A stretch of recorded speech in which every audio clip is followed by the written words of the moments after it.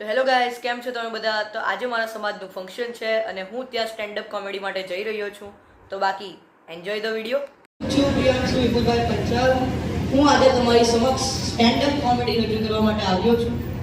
તો first of all તો બધાને એક મારી રિક્વેસ્ટ છે કે આજે જે કંઈ પણ હું બોલું તેને ધ્યાનથી સાંભળજો અને એનો આનંદ લેજો. આ મારી સૌથી પહેલાં બધાને એક રિક્વેસ્ટ છે. તો આપણે આપણું સ્ટેન્ડ અપ કોમેડી સ્ટાર્ટ કરીએ. તો સૌથી પહેલાં તો તમે છે ને અમુક ગુજરાતી કલ્ચરમાં જોશો ને તો એ તો કન્ફ્યુઝિંગ છે જ, પણ એની સાથે સાથે છે ને અમુક ગુજરાતી ગરબાઓ પણ કન્ફ્યુઝિંગ છે. મને અમુક ગુજરાતી ગરબા સાચું નહીં સમજ પડતી. પેલું એક ગરબા છે ને પેલું હિંગડા લેવા ગઈ તી મોરે સૈયા, હિંગડા લેવા ગઈ તી મોરી રે ઓ. આમાં હિંગડાનો મતલબ થાય છે છાણ. પેલી જંગલમાં છાણ વીણી રહી છે, ગંદા હાથે ગરબા રમી રહી છે, કોઈને કંઈ જ નથી જતું. પછી પેલું બીજું બી છે ને, ગરમ મસાલેદાર ખાટી મીઠી વાનગી, ગરમ મસાલેદાર ખાટી મીઠી વાનગી. તને કેવી રીતે ખબર? તું ચાખવા ગયેલો?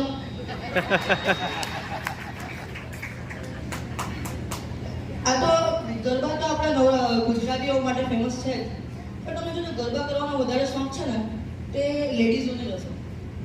એ લોકોને જોજો સવાર સાંજ મારા પગ બહુ દુખે, મારી કમર બહુ દુખે, મારું બાવળું રહી ગયું છે.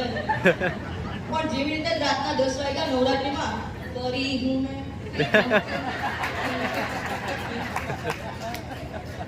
સુનિલ અંકલ, મેં કાલે જ તમારા વિડીયો જોયા. મને પણ ડાન્સનો બહુ શોખ છે. તમારા માટે છેલ્લે એક સરપ્રાઈઝ છે. આ તો કરવા પણ મેં તમને ગુજરાતી કલ્ચર કહેતો ને, ગુજરાતી કલ્ચર પણ બહુ કન્ફ્યુઝિંગ છે અમુક જગ્યાએ. ના એટલે તમે કોઈ પણ ફેમિલી ફંક્શનમાં જાઓ, જેવી રીતે જ મેં એન્ટર થયો, એન્ટર થતાની હાથમાં મમ્મી પપ્પાનું શીખમણ આપવાનું ચાલે. સૌથી પહેલા પપ્પા કહેશે કે જો દીકરા પેલા રમેશ દાદા ત્યાં જાય ને તો એમને પગે લાગજે. મેં કીધું પપ્પા પગે જ લાગવાનો, મેં થોડી પેટમાં ઢીક્કો મારીને હે રમેશ બ્રો વોટ્સઅપ. પછી થોડી વાર એને મમ્મી એક આંટી લઈને આવશે ને કહેશે દીકરા અમને ઓળખા. હવે મેં તો નહીં ઓળખતો, તો મેં કીધું ના નથી ઓળખતો. મમ્મીએ કીધું દીકરા રમીલા માસી તું જ્યારે 2 વર્ષનો હતો ત્યારે તને રમાડવા આવતી હતી. મેં કીધું 2 વર્ષનો હતો ત્યારે તમે આઈન્સ્ટાઈનની થિયરી મોડે કરતો હતો નહીં. ના કારણ કે જ્યારે છોકરો 2 વર્ષનો હોય ને ત્યારે એને જેમ તેમ કરીને નક્કી કરેલું હોય કે આ મારા મમ્મી છે ને મારા પપ્પા છે. તો રમીલા માસીને તો નથી જ ઓળખવાનો. પછી થોડાક ટાઈમ પછી આટલે લગી બધું બરાબર હોય, પણ કન્ફ્યુઝન ક્યારે સ્ટાર્ટ થાય ખબર? જ્યારે કાંટી આવશે કહેશે ઓ પ્રિયાંશુ તું એ મને ઓળખો. મેં કીધું હવે આપણે તો ભાઈ સમાજમાં રહેવાનું છે. મેં કીધું હા આંટી તમને ઓળખું. તો એમણે કીધું કે દીકરા કેમ નહીં ઓળખો? મેં કીધું પણ મેં આંટી ઓળખો. તો આંટી એમ કે અમુક આંટી હોય કે જે લોકોને છે ને તે સંતુષ્ટિ નામની વસ્તુ એ લોકોની ડિક્શનરીમાં નહીં હોય, નામ પૂછી લે. હવે પણ આપણે અમુક જગ્યાએ આપણી સાથે એવું બી થાય કે આપણે નામથી નહીં ઓળખતા અમુક આંટીઓને. આપણે કેવું પડે કે વાત પટાવવા માટે જ કેવું પડે કે મેં તમને ફેસથી ઓળખું, નામથી નહીં ઓળખતો. અમુક સંબંધ લગાવી દેવા પડે. તો આ બધું એક કલ્ચર હોય. પણ તમે જો લગ્નમાં છે ને જમતી બેસતી વખતે બી ઘણા બધા સીન થશે. બોલો ને અમારી છે ને 99.99% ગેરંટી આપું જો જ્યાં ડેટા કરતાં વધારે આપતો છું. આમાં જમવામાં છે ને લગ્નમાં લોકો સ્ટાર્ટર કરતાં વધારે કોણ એવું છે કે જે મેઇન કોર્સમાં ધ્યાન આપે? કોઈ નહીં આપશે. આ તો કલ્ચર છે. કારણ કે જે સ્ટાર્ટરનું જે સ્ટાર્ટ છે ને તેને મેઇન કોર્સનું એન્ડ કરી નાખેલું છે. ખરેખર કોઈ મેઇન કોર્સ થઈ જાય ને તો નવાઈ લાગે ઓ આ મેઇન કોર્સ અને કોણ બોલું ચાલ. આ તો કંઈ જમવાનું પણ તમે જો આ લોકો જે જમવા બેસવા જાય ને તો કેવી રીતે દેખો એક આંટીઓનું ગ્રુપ હશે. હું એ જ આંટીના ગ્રુપની વાત કરું છું જેમાં એકબીજાના છોકરાના પર્સન્ટેજ પૂછાય. એ જ ગ્રુપમાંથી એક આંટી ઊભા થશે ને કહેશે ચાલો આપણે જમી આવીએ. ના એવું નહીં મળે, પછી શાંતિથી બેસાય ને એટલા માટે. ના આ વાતથી તો મેં બી એગ્રી કરું. કારણ કે કેવું એક ચમચી પાણી લઈ લેવાનું, આ વસ્તુ સાંભળવામાં કોઈ મજા નહીં મળે. તો હું પણ એગ્રી કરું. પણ અમુક જણ શું કરે ખબર, જોયો તમે લગ્નમાં એક તો ડોલચું ભરી ખાશે ને પછી કહે છે શાકમાં તેલ વધારે હતું ને દાળ મીઠી હતી ને મીઠી હતી તો હું કરવા કરી બે આ આર્ગ્યુમેન્ટ્સ મને નથી ગમતા. તો લગ્નમાં છે જ્યારે વરરાજાની એન્ટ્રી થાય ને તો કોઈ સોંગ વગાડવામાં હજી ઇમોશન સહેનસા આ વરરાજાને શહેનશાહ કીધો. આ શહેનશાહ બીજે દાડથી ભાષણ કશો હોય આ શહેનશાહ બીજે એની લાઈફનો ડી એન્ડ થવાનો. આ તો લગ્નની વાત છે પણ લગ્ન ફિક્સ થાય ત્યારે બી ઘણા બધા સીન થાય. તમે જોજો આ એક બહુ મસ્ત કિસ્સો છે, બધા ધ્યાનથી સમજો. આ કિસ્સો ત્યારનો છે જ્યારે મારા મામાના લગ્ન નહીં થયેલા, બાકી હતા લગ્નમાં. તો મેં મારા મામા ત્યાં ગયેલો હતો. મારા નાનાએ મારા મામાને કીધું કે દીકરા તો હવે લગ્ન કરીએ. કારણ કે ગુજરાતી પેરેન્ટ્સ ને ઇન્ડિયન પેરેન્ટ્સ બધાને એક જ વસ્તુ વિચારે કે મારા દીકરાના લગ્ન ટાઈમ ટુ ટાઈમ થઈ જવા જોઈએ. ને છોકરાને કન્વિન્સ કરવા માટે પણ એ લોકો પાસે ઘણા બધા રીઝન હોય. તમે જો મારા મામાએ કીધું, મારા નાનાએ કીધું મામાને કે દીકરા તો લગ્ન કરે. મામાએ કીધું મારે નથી કરવા હમણાં, પછી કરીશ. મારા નાનાએ કીધું દીકરા તું કરી લે. તો મામાએ કીધું કેમ તમે આટલો ફોર્સ કરો છો? નાના કે કારણ કે લગ્નની સિઝન ચાલે છે. તો મારા મામાએ કીધું કે જો મારે હમણાં નથી કરવા, મેં હમણાં રેડી નથી, હું તમને કહીશ. મારા નાનાએ કીધું જો તારી દરેક બેનના લગ્ન થઈ ગયેલા છે, જો કેટલા ખુશ છે, મેં રોજ એ લોકોને ફોન પર વાત કરું છું. મારા મામાએ કીધું તમારે પૂછવાનું જીજા લોકોને છે, જેને થોડી ફરક પડે, ચાકલાવાળા મળે. તો મેં મારા મામાએ બી કહ્યું કે તમે ખોટા કન્ટેસ્ટન્ટ ખાલી કેબીસી રમતા છો, પૂછવાનું તો જીજા લોકોને છે. પછી અમે તો મામા માટે છોકરી જોવા ગયા.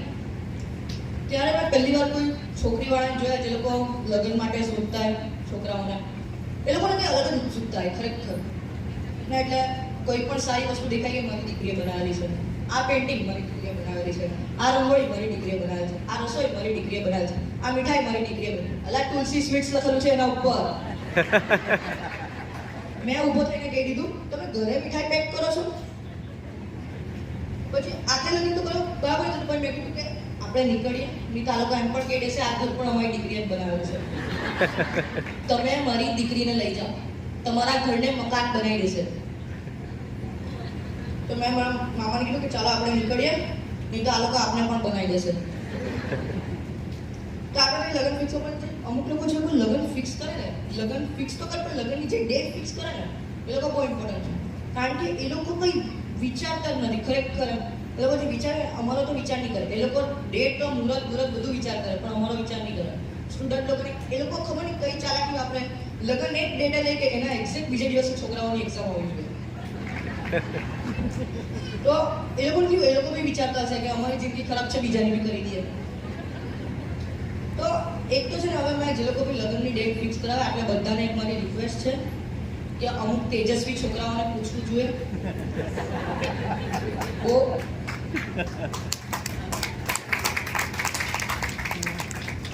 તો આપણને એક્ઝામ્પલ આવી રીતે એકવાર મારી સાથે થયું.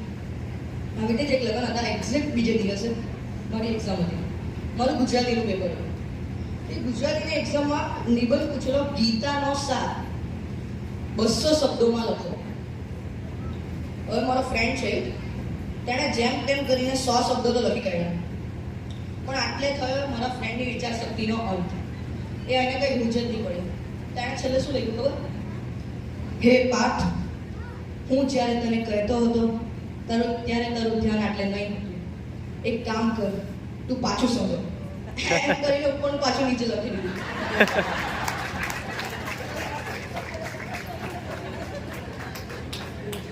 તમે જોજો એક્ઝામમાં જે છોકરાઓ હોય ને અલગ જ લેવલ પર ફની બની જાય. તમારા લોકો સાથે બી આવું બધું થયું જશે. હા કે ના? હા ભાઈ હા. આ એક્ઝામ થઈ પણ છે ને મને લાઈફમાં છે ને ઘણી બધી વસ્તુની બીક લાગે. પણ જો મેં તેમાંની જો બે કહો ને તો એક છે એક્ઝામ ને એક છે ડોગ.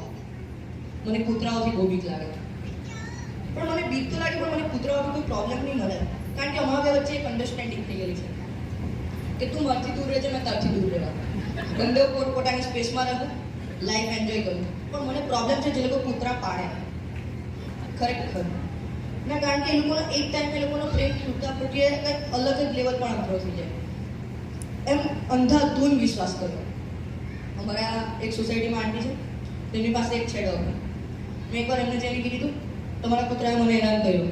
મને શું કહે ખબર કે મારો કૂતરો કોઈને હેરાન નહીં કરે. મને તો લાગતું છે તું જ કંઈ કર્યું. એવો બ્લેમ લાગે જાણે મેં કૂતરાને કરેલું છે.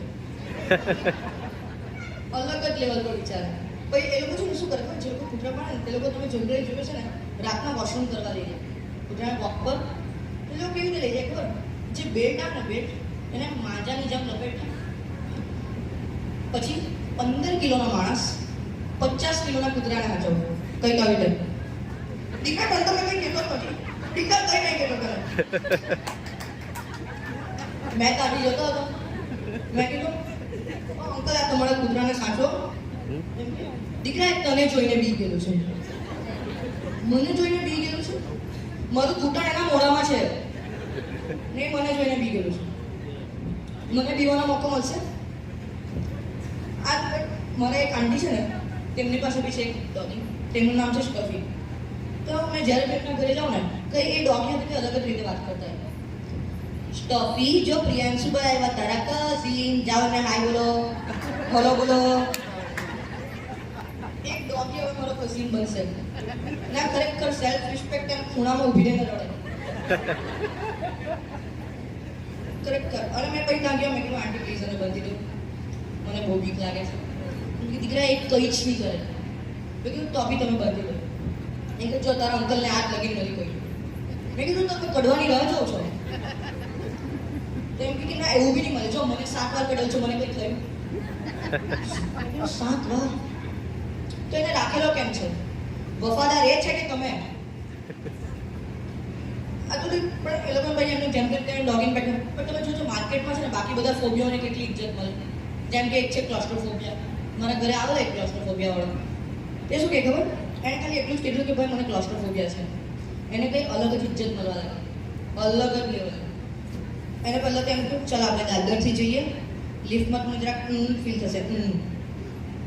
આવી રીતે પણ મેં બી જ્યારે કશે કીધું ને કે મને બી છે કૂદતો ફોબિયા. સિમ્પથી ઇજ્જત છોડો લોકો જજ કરે. તને કેવી રીતે કૂતરાઓથી બીક લાગે? How insensible you are. Priyanshu how can you not like dogs? મેં કીધું આનો જવાબ આટલા છે. 8 માર્ક્સનો લાંબો આન્સર વિથ ડાયગ્રામ. ત્યારે પણ મને બી છે ને અમુક જગ્યાએ અંદરથી એ ફીલ થાય કે મને બી નહીં ગમે કે કોઈ મારા કારણે પોતાનું ડોગીને રૂમમાં બંધ કરે. મારો ભાઈ વિપુલભાઈ હતો. મેં એવી જગ્યાએ બી જાઉં જ્યાં કૂતરા હોય. પણ જે લોકો કૂતરા માટે એ લોકો આપણે મજબૂર કરે. મેં ત્યારે મારા આંટીને કહ્યું કે દીકરા એ કંઈ જ નહીં કરે. Trust me he will do nothing. He will do nothing. Trust me. હવે મેં ટ્રસ્ટ કરી લીધો. મને લાગ્યું નથિંગ કહે. મેં જેવી રીતે રૂમ ખોલ્યો પેલું કરતું બહાર નીકળ્યું. તો આંટી એને લેવ એમ કે દીકરાને થોડોક ટાઈમ આપ. એને જરાક ચાટી લેવા દે. કયું અબ્યુઝ થાય છે મારી હાથે? કયા લેવલનો અબ્યુઝ થાય છે? એટલે તમે સમજો મેં તમારા ઘરે આવીને તમારા કૂતરાને ચાટવા લાગુ તો તમે મને રોકો કે એને રોકો? મને જ રોકો ને કે દીકરા તું આવું નહીં કર કે ભાઈ કૂતરાને રોકો. ટાઈમ આપ પ્રિયાંશુભાઈને ચાટી લેવા દે એમને. શાંતિથી ચાટવા દે. તો આટલે બધાને એક બીજી બી રિક્વેસ્ટ છે કે જે લોકો બી ડોગી પાડે તો કોઈ અમુક જે લોકોને બીક લાગે તે લોકોને વિચાર કરવો જોઈએ. બધા બાહુબલી નથી હોતા. આટલી મને તો તમને લોકોને કેવું લાગ્યું મારું સ્ટેન્ડઅપ? મને મારા પર કોન્ફિડન્સ હતો એટલે મેં સારું કર્યું. Very good.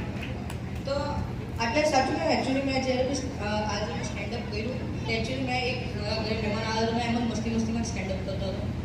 આ મારા ભાઈએ કીધું કે તું બધા ડાન્સ તો બધા જ કર સ્ટેન્ડઅપમાં પણ કંઈ નવું કરી શકે. મારા ભાઈએ પણ થેન્ક યુ કીધું છે. અને તમને એક રિક્વેસ્ટ છે. આ એક મારી રિક્વેસ્ટ પ્લીઝ સમજો. મારું ઇન્સ્ટાગ્રામ પર comedy_potel_ નામનું ચેનલ છે અકાઉન્ટ છે. પ્લીઝ એને જઈને ફોલો કરજો.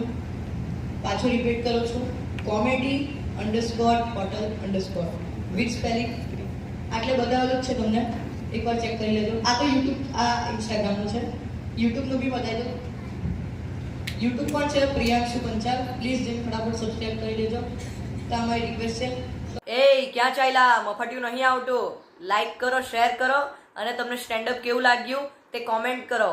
અને જો તમે ચેનલ પર નવા હોવ તો એને સબસ્ક્રાઇબ કરો. હવે જાઓ.